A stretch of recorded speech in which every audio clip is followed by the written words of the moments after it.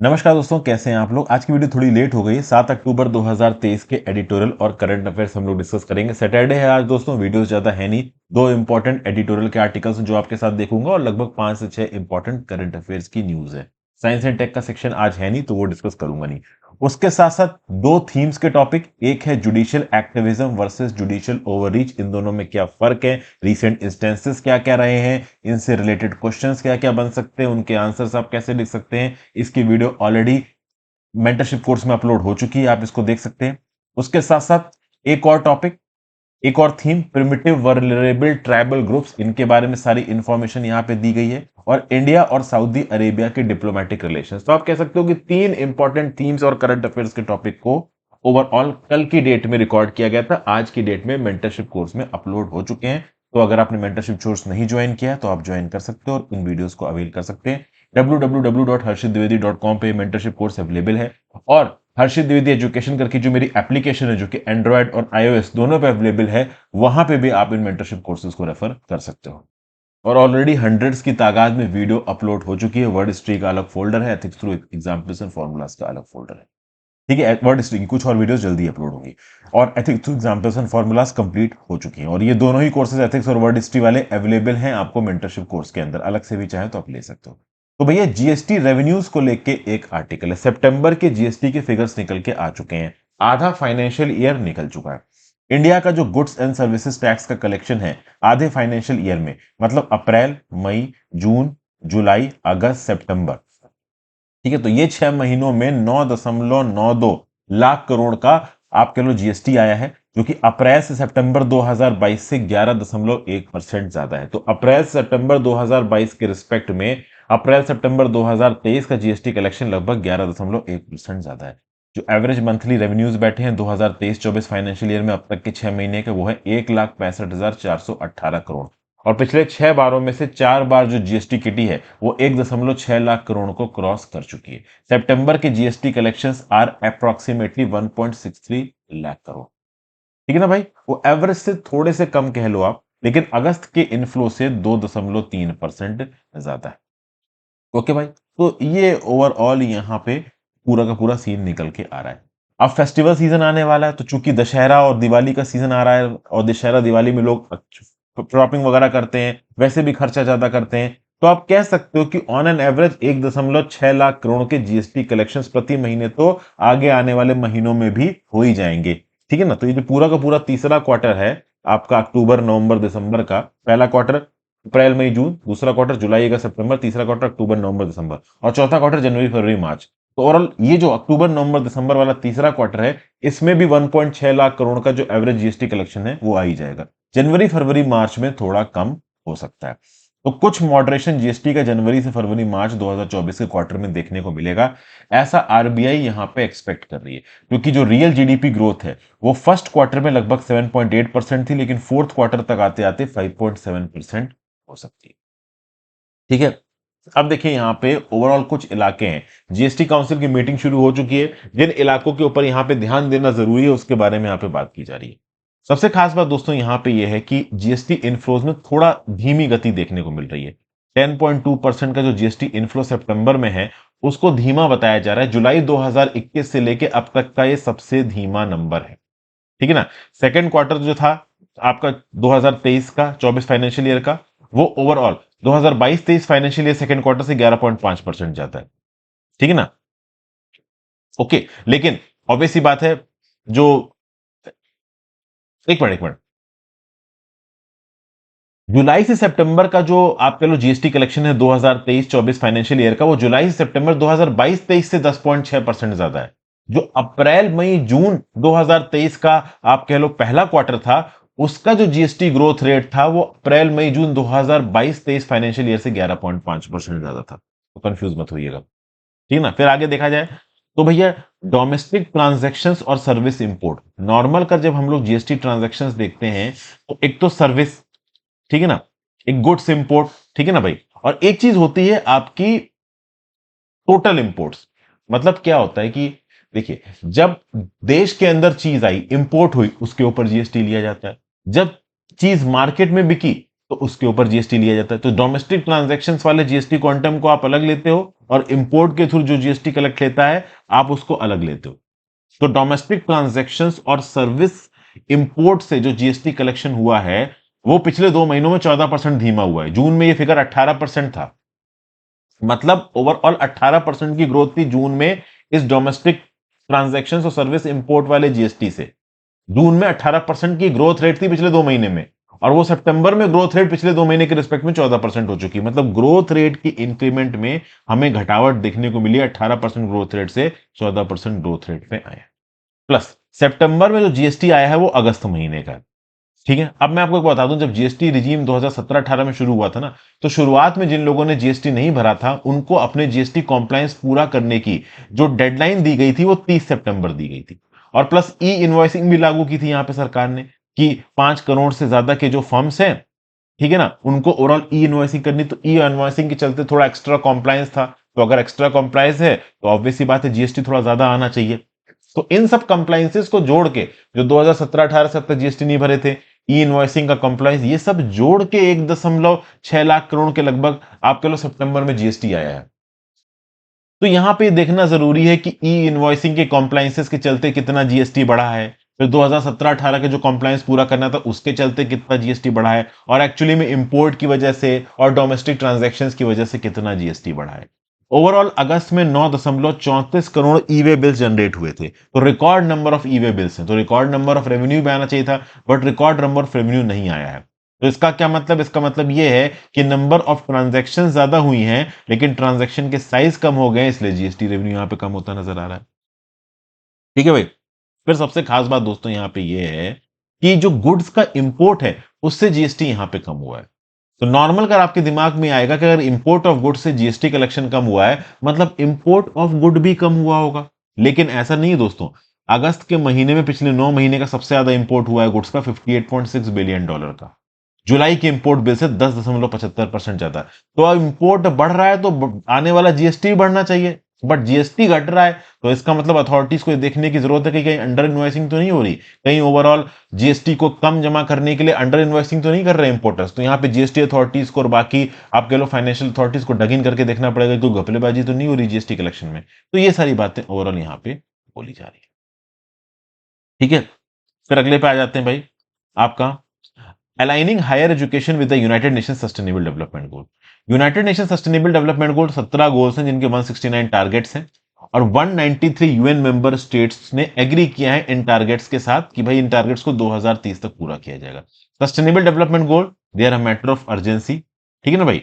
और चाहे developed country हो चाहे डेवलपिंग कंट्री हो, सबको पॉवर्टी गरीबी खत्म करनी है, सोशियो इकोनॉमिक और इन्वायरमेंटल प्रॉब्लम्स को सॉल्व करना है। तो अपनी स्ट्रेटजी को इस प्रकार से अलाइन करना है कि स्टैंडर्ड ऑफ लाइफ भी इंप्रूव हो, इनइक्वालिटी भी कम हो, एजुकेशन भी मिले, इकोनॉमिक ग्रोथ भी हो, और सोशियो इकोनॉमिक और इन्वायरमेंटल प्रॉब्लम्स भी हमारी सॉर्ट आउट हो। 8 साल हो चुके हैं एसडीजीज को आए हुए। 2015 से लेकर 2030 तक सस्टेनेबल डेवलपमेंट गोल्स लागू होंगे। 2000 से लेकर 2015 तक मिलेनियम डेवलपमेंट गोल्स थे। तो 2015 से 2023 हो चुका है, मतलब 8 साल हो चुके हैं इनको शुरू किए हुए। तो जो एसडीजी रिपोर्ट है 2023 की वो स्लो प्रोग्रेस की बात करती है, ग्रिम पिक्चर बताती है प्रोलॉन्ग इफेक्ट्स ऑफ कोविड-19 का, क्लाइमेट क्राइसिस के इंपैक्ट का, रशिया यूक्रेन कॉन्फ्लिक्ट का, और वीक ग्लोबल इकोनॉमी का। ये जो लैक ऑफ प्रोग्रेस है ना, ये एक यूनिवर्सल एक्सपीरियंस है। अगर आप देखो दोस्तों तो लीस्ट डेवलप्ड कंट्रीज में जो लैक ऑफ ग्रोथ है कुछ ज्यादा ही प्रोनाउंस्ड है। इंडिया जैसी डेवलपिंग कंट्रीज में बढ़ रही है और डेवलप्ड कंट्रीज में भी ग्रोथ बहुत ज्यादा नहीं हो रही। तो पूरी दुनिया में कहीं ना कहीं चैलेंजेस हमें देखने को मिल रही है। ग्लोबल इकोनॉमी यहां पे स्ट्रगल कर रही है। अब अगर आप इंडिया की बात करो तो इंडिया में इकोनॉमी तो पैंडेमिक के बाद तेजी से बढ़ी, लेकिन सस्टेनेबल डेवलपमेंट गोल में हम उतना अच्छा परफॉर्म नहीं कर पा रहे हैं। ठीक है ना भाई।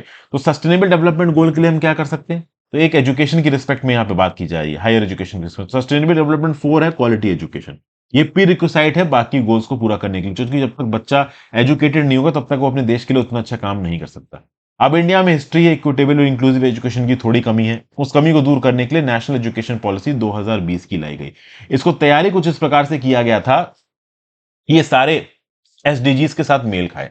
जैसे फॉर एग्जाम्पल अगर आप नेशनल एजुकेशन पॉलिसी को इंप्लीमेंट करते हो तो एक अच्छा यूनिवर्सिटी में इंक्लूसिव सिस्टम सेटअप कर पाओगे, जो कि एसडीजी गोल 1 प्रोटेक्ट पीपल अगेंस्ट पॉवर्टी लड़ने से मदद करेगा, SDG goal 2 prevent them from hunger मदद करेगा, SDG goal 3 support them from good health and wellbeing SDG 5 promotes gender equality. SDG 8 provide them for decent work, which in turn drive economic growth. SDG 10 reducing inequalities, इन सबको support करेगा।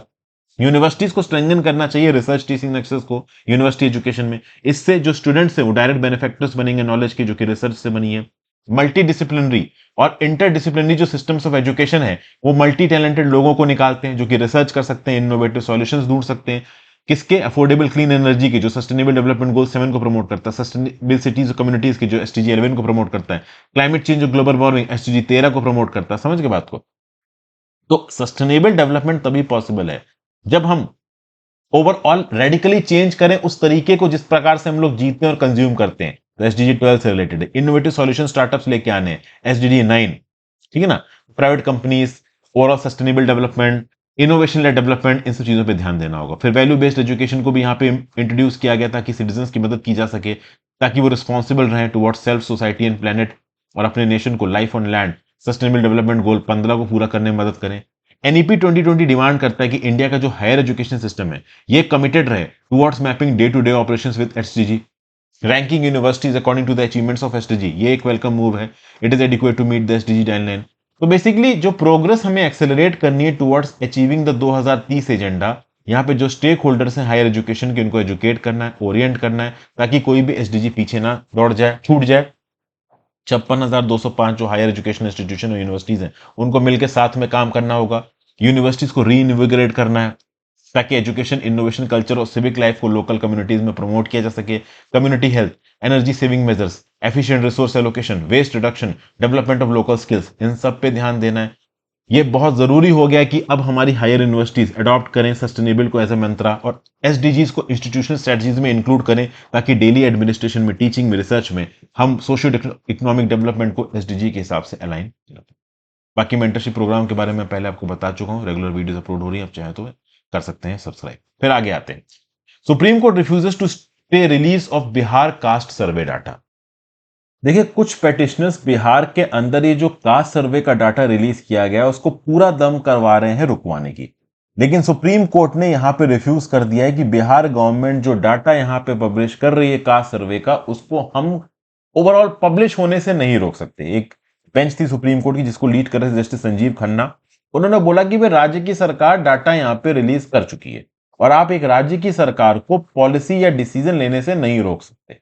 ठीक है, ये बात justice Khanna साहब ने यहां पे बोली। जनवरी 2024 में इसकी अगली हियरिंग रखी गई है और बेसिकली यहां पे पेटिशनर्स के बिहाफ पे एडवोकेट अपराजिता सिंह जी ने क्या बोला कि भाई देखिए, मेन इशू ये है कि डाटा को अनलॉफुली यहां पे कलेक्ट किया गया है, इसलिए इसको रोकना जरूरी है। सुप्रीम कोर्ट के जस्टिस ने यहां पे बोला कि भाई देखिए, जस्टिस खन्ना साहब का बोलना है कि पटना हाई कोर्ट में ऑलरेडी ये केस बहुत डिटेल में डिस्कस हुआ है और पटना हाई कोर्ट ने बहुत ज्यादा डिटेल्ड तरीके से यहां पे बताया है कि कैसे यहां पे प्राइवेसी का कोई लॉस नहीं हो रहा। रीजन भी कि किसी के नाम नहीं छपे हैं, किसी की पर्सनल इंफॉर्मेशन नहीं छपी है और ओवरऑल डाटा को अवेलेबल करवाना for the sake of transparency, ये कहीं ना कहीं आगे आने वाले समय में वेलफेयर कॉज को कहीं ना कहीं अपहेल्ड करेगा। पेटिशनर्स ने यह भी बोला कि भाई जब ऑलरेडी हाई कोर्ट के डिसीजन के अगेंस्ट सुप्रीम कोर्ट में केस पेंडिंग है तो फिर आप ओवरऑल डाटा को क्यों पब्लिश कर रहे हो। माना कि पटना हाई कोर्ट ने यहां पे डाटा पब्लिशिंग के लिए अलाउ कर दिया है, लेकिन हमने ओवरऑल पटना हाई कोर्ट के डिसीजन के अगेंस्ट सुप्रीम कोर्ट में केस भी तो दायर किया है। तो जब तक सुप्रीम कोर्ट प्रॉपर तरीके से चीजों को नहीं ले सकता तब तक आप डाटा मत रिलीज करो, लेकिन सुप्रीम कोर्ट प्रॉपर तरीके से अब तक केस को एंटरटेन नहीं कर पाया था। तो कुल मिला के अगर आप देखो तो श्याम दीवान साहब जो कि बिहार के बिहाफ पे हैं, वो बोल रहे हैं कि प्री एडमिशन स्टेज पे था ये केस सुप्रीम कोर्ट में, कोई फॉर्मल नोटिस सुप्रीम कोर्ट की तरफ से अभी के लिए इशू नहीं हुआ था, इसलिए कास्ट डाटा के रिजल्ट्स को यहां पे पब्लिश कर दिया गया है। अब इस कास्ट डाटा के रिजल्ट्स पे फर्दर एनालिसिस होगी और इस एनालिसिस के आधार पर हो सकता है बहुत सारी वेलफेयर स्कीम्स यहां पे लागू की जाए राज्य की सरकार के द्वारा। बिहार कास्ट सर्वे को लेके भाई देखो बहुत पॉलिटिक्स होने वाली है और आगे आने वाले समय में अपोजिशन पॉलिटिशियंस के द्वारा इनफैक्ट 2024 इलेक्शंस का ये मेन प्लान हो सकता है कि हाँ भैया आप कास्ट सर्वे कंडक्ट करवाइए पूरे देश के लेवल पे। फिर भाई नोबेल पीस प्राइज दिया गया है यहाँ पे ईरानियन एक्टिविस्ट नरगिस मोहम्मदी को, ये इनकी यहाँ पे आपको फोटो नजर आ रही है। नरगिस जी को यहाँ पे नोबेल पीस प्राइज दिया गया फ्राइडे को। ये लंबे समय से कैंपेनिंग कर रही हैं वुमेन राइट्स के लिए और डेमोक्रेसी के लिए, कहां पे, ईरान के अंदर, और ये डेथ पेनल्टी के भी अगेंस्ट है। मिस मोहम्मदी इस समय पे 51 साल की हैं और ओवरऑल इन्होंने पिछले 30 सालों में ज्यादातर साल जेल में ही काटे। ईरानियन अथॉरिटीज इनको किसी ना किसी वजह से पकड़ के जेल के अंदर डाल देती। पिछली बार इनको 2021 में अरेस्ट किया गया क्योंकि ये nation wide women lead protest को लीड कर रही थी।